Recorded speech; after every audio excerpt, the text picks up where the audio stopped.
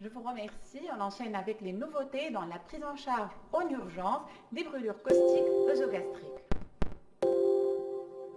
Les brûlures caustiques œsogastriques sont potentiellement graves et représentent de ce fait un problème de santé publique. Mais une prise en charge actualisée des patients pourrait diminuer leur mortalité. Et on dispose actuellement de données scientifiques récentes, d'où le choix de ce sujet. Ces données scientifiques concernent essentiellement le bilan lésionnel à réaliser de première intention, la place de la mise au repos prolongée et systématique du tube digestif et la place des corticoïdes dans la prévention des sténoses caustiques de l'œsophage. Avant d'aborder le vif de notre sujet, on va commencer par un petit rappel physiopathologique. L'ingestion de base forte induit une nécrose de liquéfaction et étant donné le caractère visqueux de ce type de produit, les lésions seront préférentiellement œsophagiennes. Les acides forts induisent une nécrose de liquéfaction, un spasme pylorique et ils sont fluides à l'origine de lésions essentiellement entrales. Les oxydants, comme le javel concentré à au moins 30%, engendrent des brûlures thermiques avec des lésions essentiellement gastriques. Aussi, un petit rappel sur les gestes proscrits en cas d'ingestion de caustique. Il ne faut pas faire boire, ni faire vomir, ni mettre en place une sonde nasogastrique et il ne faut pas garder les patients en décubitus dorsal strict pour éviter l'inhalation. En revanche, dès l'admission du patient, il faut préciser le type, le volume du produit ingéré ainsi que l'horaire du prise de caustique. Il faut corriger un état de choc, un syndrome de détresse respiratoire aiguë ainsi que des troubles hydroélectrolytiques. Ne pas oublier de contacter un centre antipoison pour vérifier la toxicité systémique du produit et il faut évaluer l'indication opératoire d'urgence via un bilan lésionnel qui est reposé depuis plusieurs années sur l'endoscopie digestive haute à réaliser entre la 12e et la 24e heure, pas avant 6 heures pour ne pas sous-estimer les lésions, ni après 48 heures car ça va aggraver le risque perforatif. Cet acte est contre-indiqué, bien évidemment en cas de perforation digestive, aussi en cas de nécrose de l'hypopharynx, du larynx ou de la bouche œsophagienne, d'où l'intérêt d'un examen ORL préalable à l'endoscopie. Comment évaluer la sévérité? C'est via des classifications, dont la plus utilisée en pratique, c'est celle de Zarkar. Le stade 0 est défini par l'absence de lésion.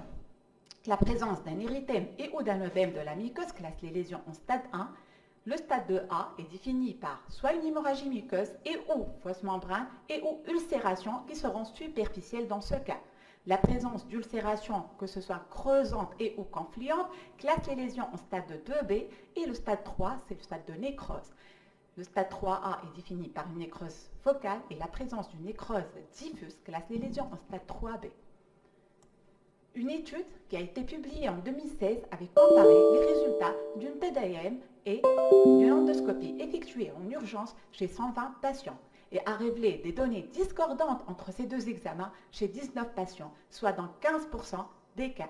En effet, l'endoscopie a classé les lésions en stade 3B et la TDM n'a pas révélé de nécrose.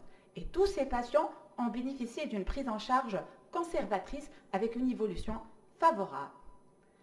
La première conclusion tirée alors de cette étude était qu'une résection basée sur les données endoscopiques uniquement pourrait être nécessaire dans 15% des cas, tout en sachant que la morbimortalité d'une résection d'urgence est élevée avec 65% de morbidité et 13% de mortalité, alors qu'après traitement conservateur, la morbimortalité est beaucoup moindre, avec une morbidité de 14% et une mortalité quasi nulle. Ceci dit qu'il faut bien peser l'indication opératoire d'urgence. Aussi, cette même étude a démontré une bonne reproductibilité entre radiologues spécialisés en gastro-entérologie, radiologues généraux et même internes en radiologie dans la détermination de la nécrose, que ce soit œsophagienne ou gastrique. Et les auteurs ont conclu qu'une décision de résection basée sur la TDM peut être prise même en dehors des centres spécialisés.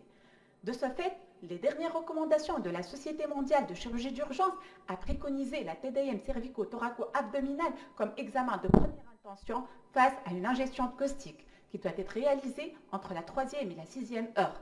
Et l'endoscopie est réservée au cas de contre-indication au scanner, en pédiatrie et en cas de statification difficile ou douteuse à la TDM.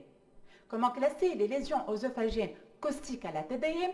Le grade 1 est défini par un œsophage normal, le grade 2A correspond à un aspect en cocarde de l'œsophage défini par une prise de contraste de la muqueuse et en périphérie. Le grade 2B, ça correspond à un rehaussement périphérique uniquement. Et le grade 3, c'est l'absence du tout de prise de contraste qui correspond à une nécrose transmurale. Quelle est la différence entre la classification des lésions caustiques œsophagènes et gastriques? Le grade 1 et 3 sont similaires, mais le grade 2 gastrique n'est pas subdivisé en deux comme pour l'œsophage et il est défini par un œdème et un épicissement avec persistance du rehaussement. L'examen ORL est actuellement réservé au cas de nécrose digestive à la TDM et la fibroscopie bronchique est indiquée en cas de nécrose transmurale des 2/3 supérieurs de l'œsophage ou en présence de signes fonctionnels respiratoires avec des lésions sévères à la TDM. Passons à la prise en charge thérapeutique. Bien évidemment, face à une perforation digestive, on doit indiquer la chirurgie en extrême urgence et aussi, en cas de nécrose transmurale à la TDM, la chirurgie trouve toute sa place. Si cette nécrose est œsophagienne, on doit réséquer. En revanche, si elle est plutôt gastrique, on doit explorer et réséquer après confirmation péropératoire de la nécrose. En revanche, en l'absence de nécrose transmurale, on doit assurer une prise en charge conservatrice et cette prise en charge ne peut se faire en ambulatoire que si l'ingestion est accidentelle et est un produit peu corrosif. En revanche, si l'ingestion est plutôt volontaire ou bien d'un produit bien corrosif, on doit hospitaliser ces patients. Où faut-il l'admettre? Là, il n'y a pas de consensus. Ça dépendra de la sévérité de la présentation clinique, des comorbidités ainsi que du contexte psychiatrique. Et il ne faut pas oublier, en cas d'ingestion volontaire, de préconiser une consultation de psychiatrie avant la sortie des patients. Passons à la prise en charge du nutritionnel en cas de prise en charge conservatrice. Actuellement, la place du diète absolu est réservée au cas de lésions oropharyngées ou de troubles de la déglutition. Et dans ces cas-là, on aura le choix entre la nutrition parentérale totale ou la jujunostomie. En revanche, en l'absence de lésions oropharyngées, et en absence aussi de troubles de la déglutition, on peut réalimenter les patients dans les 24 à 72 heures. Cette réalimentation précoce a même un rôle trophique. Donc actuellement, il n'y a plus de place aux diètes prolongées systématiques. Passons à la place des corticoïdes dans la prévention des sténoses caustiques œsophagiennes. On dispose actuellement de recommandations fortes en pédiatrie qui préconisent la dexaméthasone à forte dose pendant 3 jours uniquement en cas d'œsophagite caustique stade 2B. En revanche, chez l'adulte, il n'y a pas de recommandations claires, les données sont controversées, mais pour certains experts, ils recommandent la corticothérapie comme en pédiatrie en cas d'œsophagite stade 2B. Mais actuellement, il y a un essai randomisé cortico qui est en cours et qui pourrait nous répondre à cette question. L'antibioprophylaxie trouve toute sa place si on aura recours aux corticoïdes ou en cas d'atteinte bronchopulmonaire. Et pour les patients qui vont bénéficier d'une prise en charge conservatrice et qui présentent des lésions sévères, on doit assurer une surveillance aussi bien clinique que biologique. Et en cas d'apparition ou d'aggravation de désordre, on doit indiquer une tomodensitométrie pour une réévaluation. Nos messages, le bilan lésionnel de première intention face à une ingestion caustique repose actuellement sur la TDM cervico-thoraco-abdominale. L'endoscopie est réservée en cas de contre-indication au scanner et en pédiatrie. En cas de nécrose transmurale, la chirurgie d'urgence trouve toute sa place et actuellement on peut reprendre l'alimentation dans les 24 à 72 heures en absence de lésions oropharyngées et de troubles de la déglutition. Merci. Merci, Dr Guedich. Est-ce qu'il y a une question?